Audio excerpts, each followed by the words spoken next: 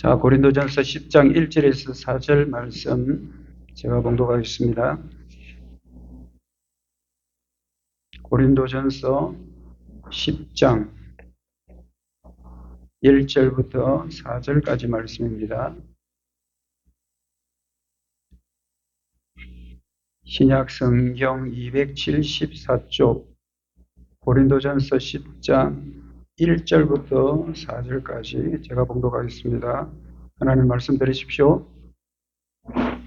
형제들아, 나는 너희가 알지 못하기를 원하지 아니하노니 우리 조상들이 다 구름 아래에 있고 바다 가운데로 지나며 모세에게 속하여 다 구름과 바다에서 세리를 받고 다 같은 신령한 음식을 먹으며 다 같은 신령한 음료를 마셨으니 이는 그들로 따르는 신령한 반석으로부터 마셨음에 그 반석은 곧 그리스도시라. 아멘. 자, 오늘은 성례가 있는 주일. 오늘은 성례가 있는 주일이기도 하고 설교 제목도 오늘은 성례가 있는 주일이라는 제목을 잡았습니다. 오늘 이 본문은요, 바울이 출애굽한 이스라엘 백성이 홍해를 건넌 사건을 세례로, 홍해 건넌 사건은 세례로, 그리고 광야에서 만나와 반석의 물을 마신 사건은 성찬으로 이렇게 해석을 하면서 성례의 기원을 잘 밝혀주고 있다가 오늘 본문의 주제입니다.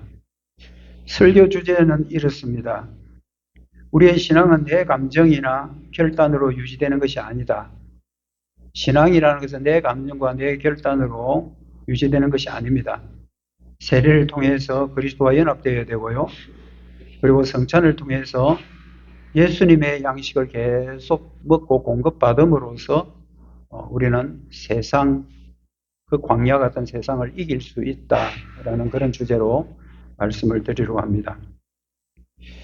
여러분, 성례라는 것도 이제 다 아시죠? 성례는요, 세례와 성찬을 합친 것을 성례라 그래요. 한문 그대로 하면 성례라는 것은 거룩한 예라는 뜻이에요.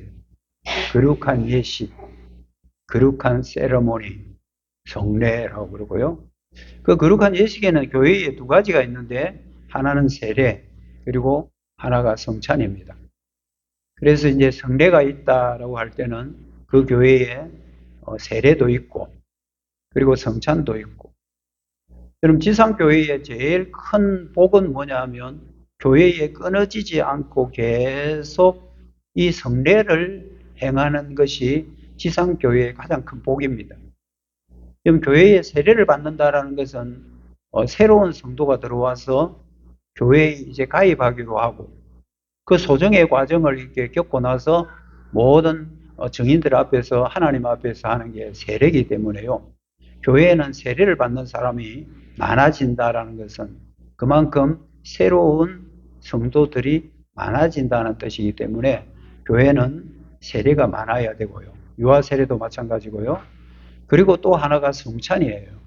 성찬도 우리가 많이 하면 할수록 하나님의 은혜를 더 많이 누리는 하나의 수단이기 때문에 세례와 성찬이 있는 그 교회가 그건 건전한 교회고 그건 복받는 교회입니다. 이렇게 해서 세례와 성찬은 은혜의 방편 중에 하나입니다. 여러분, 은혜의 방편은 세 가지인데요. 잘 아시죠?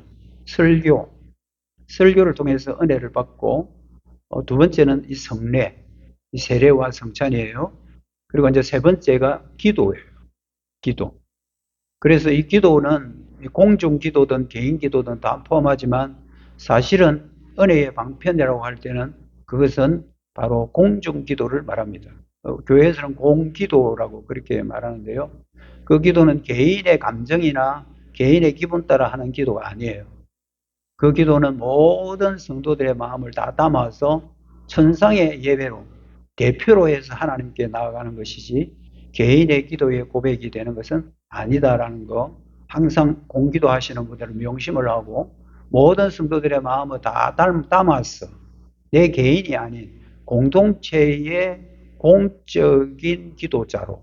그래서 공기도라고 하는 거예요. 공자가 붙는 거예요. 퍼블릭이에요. 공기도라고 그렇게 하는 겁니다. 그런 마음으로 항상 기도하는 것이 그것도 다 은혜의 방편이다. 여러분, 세 가지는 교회 다니면서 꼭 기억하셔야 돼요. 은혜의 방편은 설교, 성례, 그리고 기도, 이 세 가지다. 이 세 가지인데 그 중에 두 번째 성례는 세례와 성찬이다. 그래서 오늘 저희 교회는 우리 박성근 씨가 이렇게 또 세례를 받았고, 그리고 오늘 박성근 씨는 세례도 받았지만 설교 후에 있을 성찬에도 처음으로 예수님의 그 살과 피에 참여하는 성찬을 누리는 복이 있는 겁니다. 여러분, 세례를 받게 되면 어떤 특권이 있느냐 하면요, 세례를 받게 되면 특권이 제일 좋은 게 성찬에 참여하는 겁니다. 성찬에 참여하고, 그 다음 뭐 세례를 받으면 교회 성도가 한 사람 늘어났다, 뭐 그런 의미보다는 그 한 사람이 개인적으로 예수님과 연합되는 것이 중요하고, 그리고 이제 교회에 이제 회원이 되는 겁니다.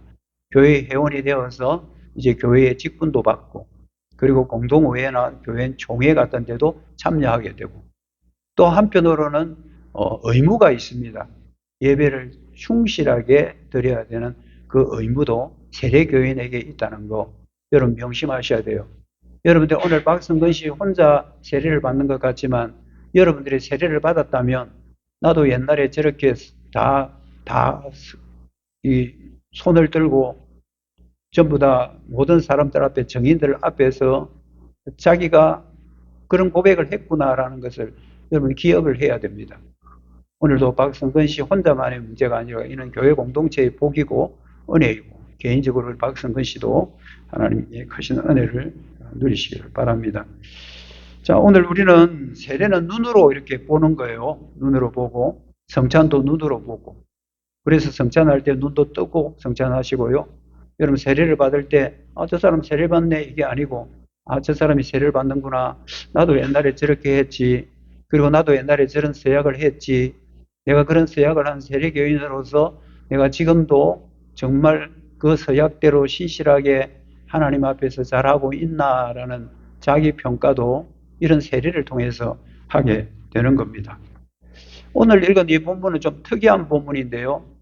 성찬 그리고 세례를 잘 밝혀주는 성경 구절이 뭐냐 하면 고린도전서 10장 1절에서 이 4절에 있는 말씀이에요. 여러분, 고린도전서 9장은 뭘 이야기하고 있냐 하면 자유의 남용입니다. 너희들이 이제 예수님 안에서 복음을 받아서 자유인이 되었다고 해서 그 자유를 함부로 남용하면 안 된다. 남용하면 안 된다. 그 문제. 그리고 또 하나는 우상숭배 문제. 이 두 가지 문제를 가지고 9장에 계속 다루다가 이제 다시 10장까지 넘어온 상태예요. 그 10장에 넘어와서도 자유의 남용 문제, 그리고 우상숭배 문제를 다시 한번 거론을 하면서 이스라엘 백성들이, 구약의 이스라엘 백성들이 하나님의 선민이라고 생각하는 그것 때문에 도가 넘쳐서 배역한 역사를 살았다라는 것을 이야기를 하고 있는 겁니다. 그러면서 1절 상반절에 뭐라고 말하느냐면 형제들아 나는 너희가 알지 못하기를 원하지 아니한다. 이 말 막 이렇게 꼬아놓은 말이에요. 너희가 알지 못하기를 원하지 아니한다. 이 뭔 말이겠습니까? 이거는 꼭 알아야 돼. 이 말입니다. 이거는 꼭 알아야 돼. 이걸 모르기를 내가 원치 않는다. 두 번 부정을 해가지고 강한 강조를 말하는 게 이 문구인데요. 너희가 모르기를 내가 원치 않는다. 이거는 여러분 꼭 알아야 된다라고 바울은 고린도 성도들에게 말하고 있습니다. 여러분, 이거 뭐냐면 그만큼 중요하다는 거예요.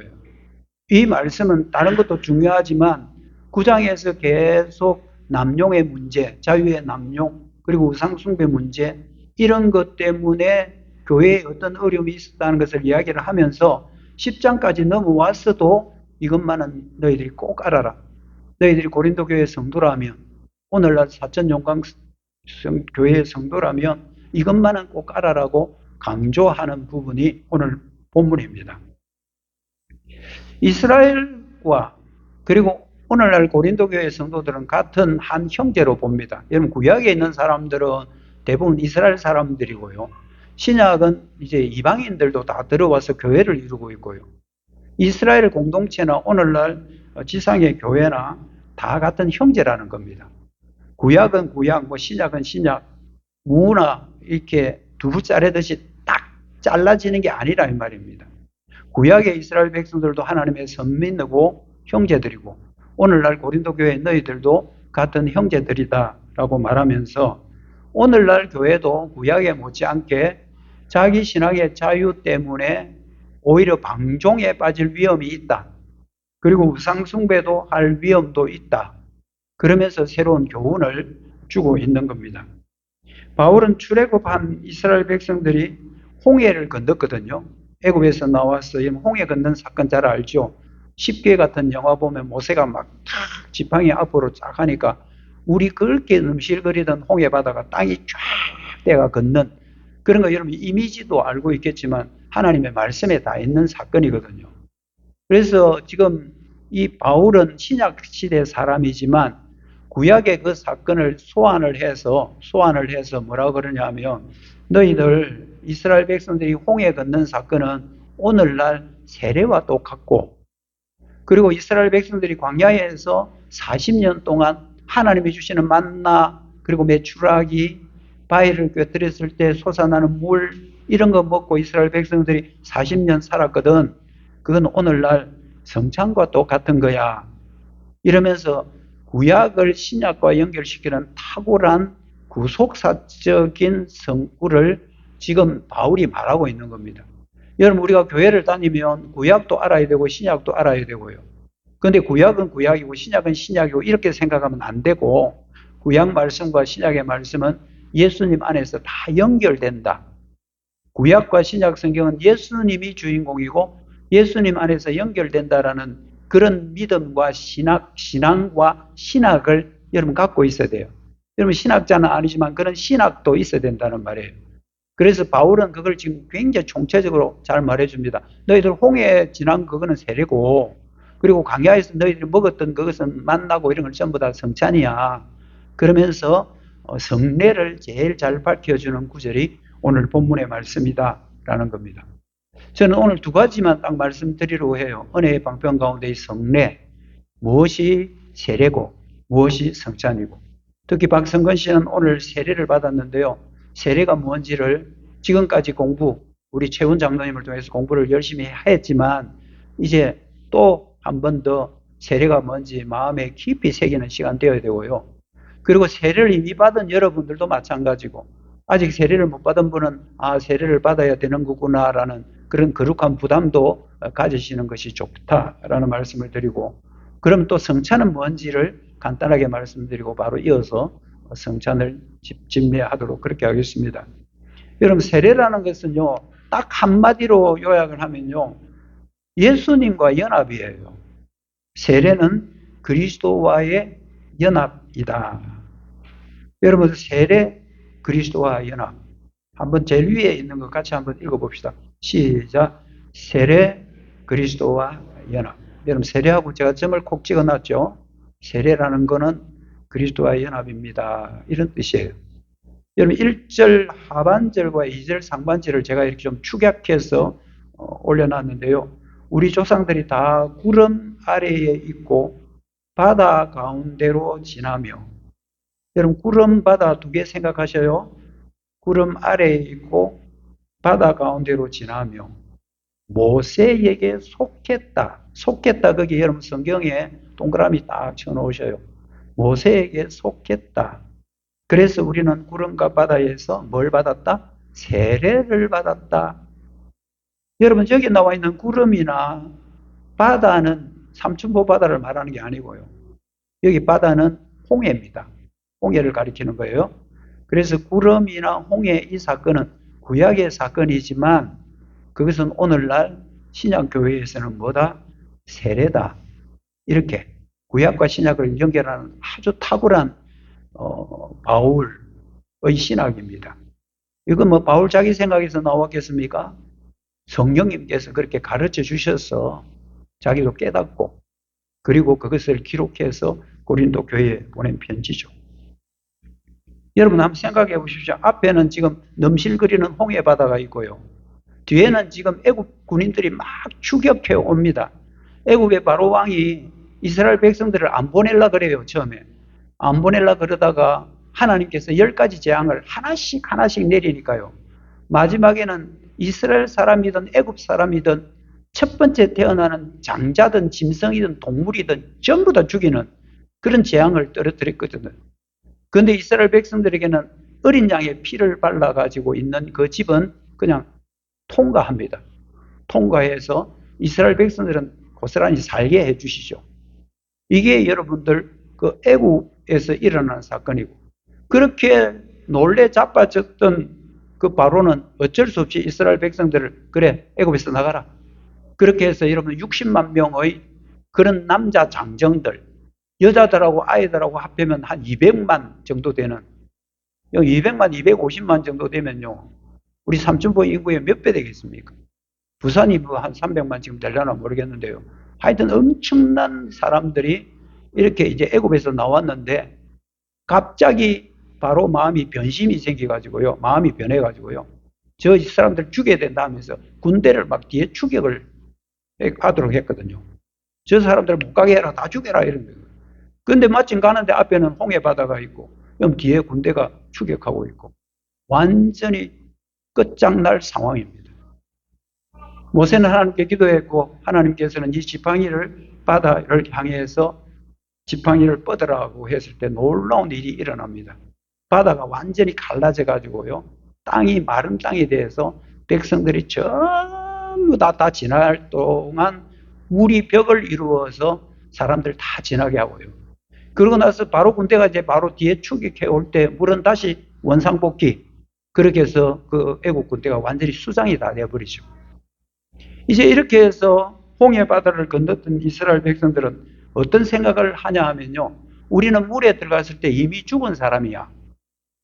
우리는 홍해 바다에 발을 딱 들일 때 죽었다고 생각하고 들인 사람이야.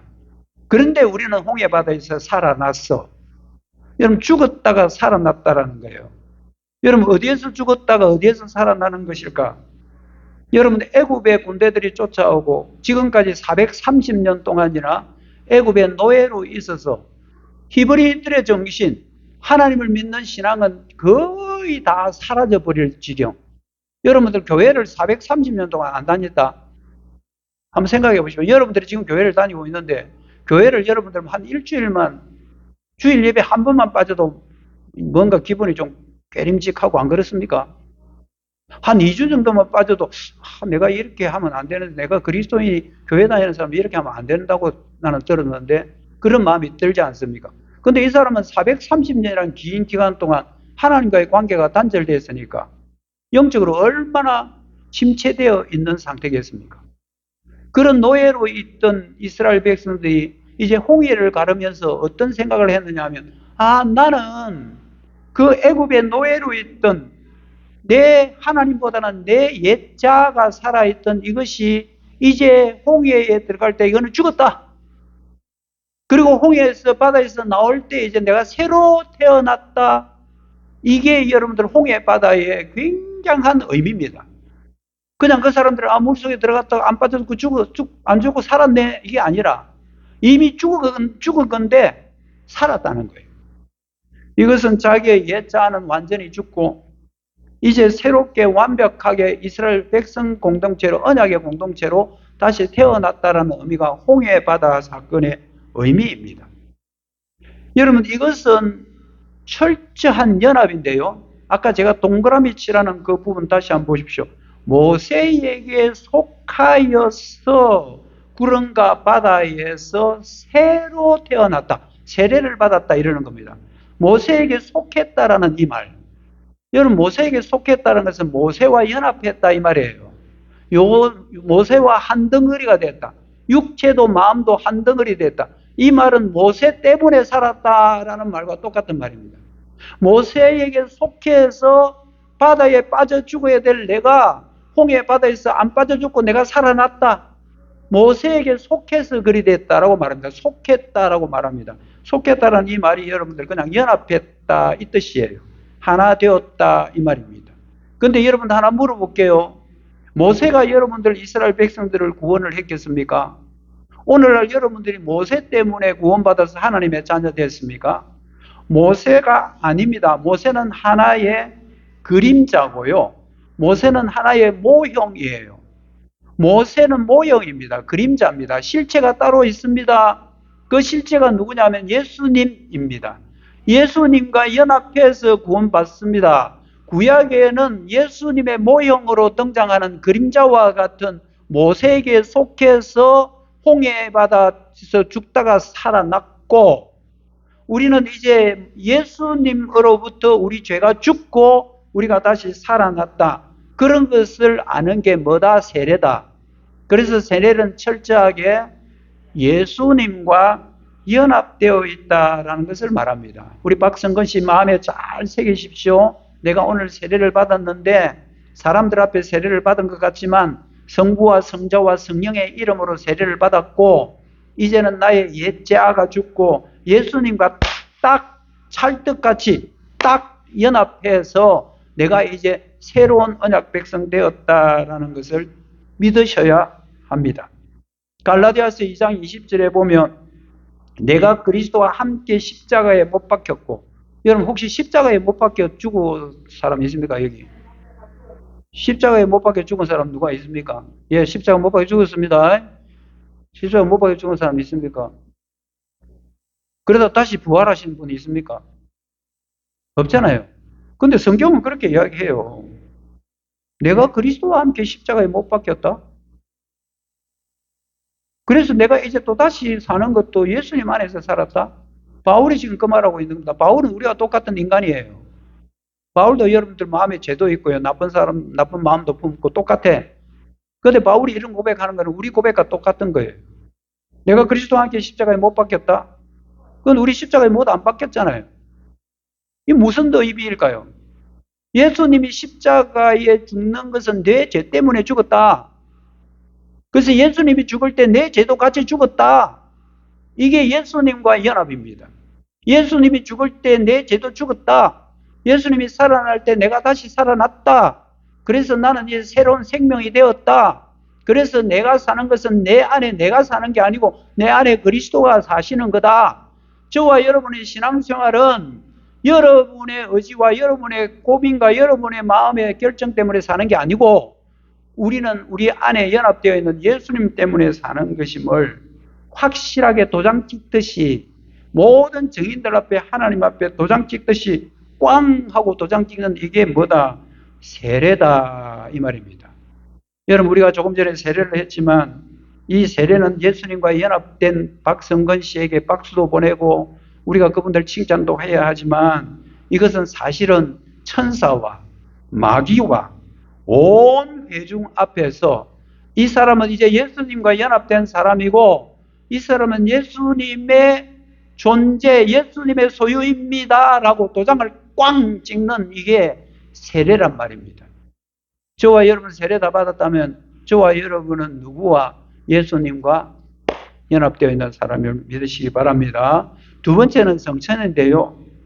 이것도 역시 구약 출애굽 사건과 연결을 해요. 3절 4절에 보면 너희들이 다 같은 신령한 음식을 먹으며 다 같은 신령한 음료를 마셨고 음식을 먹고 음료를 마셨다는 말이잖아요. 그들을 따르는 신령한 반석으로부터 물을 마셨다.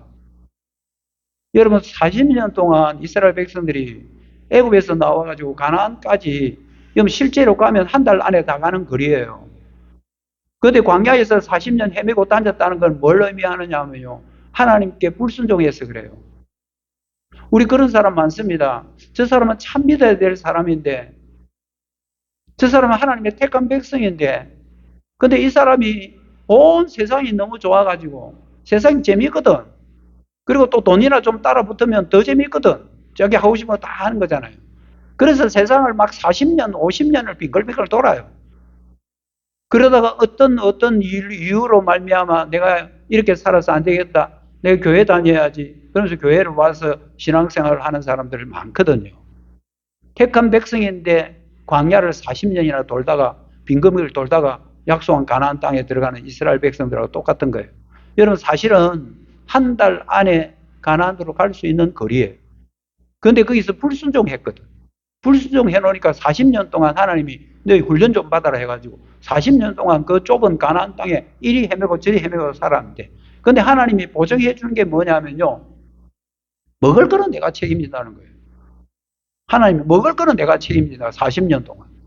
그래서 아침마다 만나 주시고, 고기 생각나면 메추라기 같은 거 주시고, 메추라기는 새 같은 건데요, 고기예요. 그리고 또 목마르면 반석을 툭 치면 그 바다에서 반석에서 물이 나오고요. 지금 그 이야기 하고 있는 거예요, 바울이.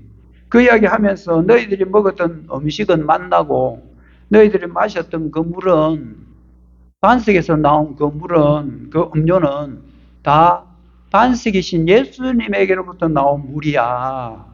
40년 동안 도는 동안 하나님이 너희들에게 은혜를 베풀어 주셔서 만나와 메추라기와 물을 주신 거야.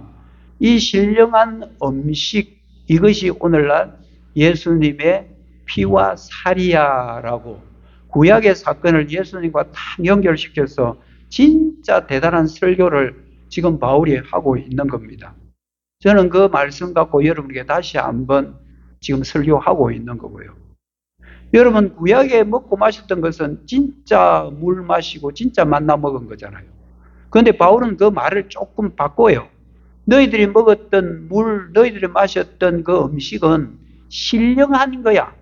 신령한이라는 것을 붙였습니다. 신령한이라는 걸 붙였습니다. 여러분, 학위에 보면 여러분 있습니다. 석사 학위에 신령한 석사라는 게 있습니다. STM인데요. 그것은 어디든지 자주 붙는 단어예요. 신령하다라는 말입니다. 너희들이 먹고 마셨던 것 전부 다 물질적인 건데, 너희들이 먹고 마신 건 사실은 신령한 거야. 그러면서 그걸 가지고 뭘 이야기하느냐 하면 바로 예수 그리스도와 연결합니다. 너희들이 바위를 딱 깨뜨렸을 때 그래서 물 쏟아 나왔잖아.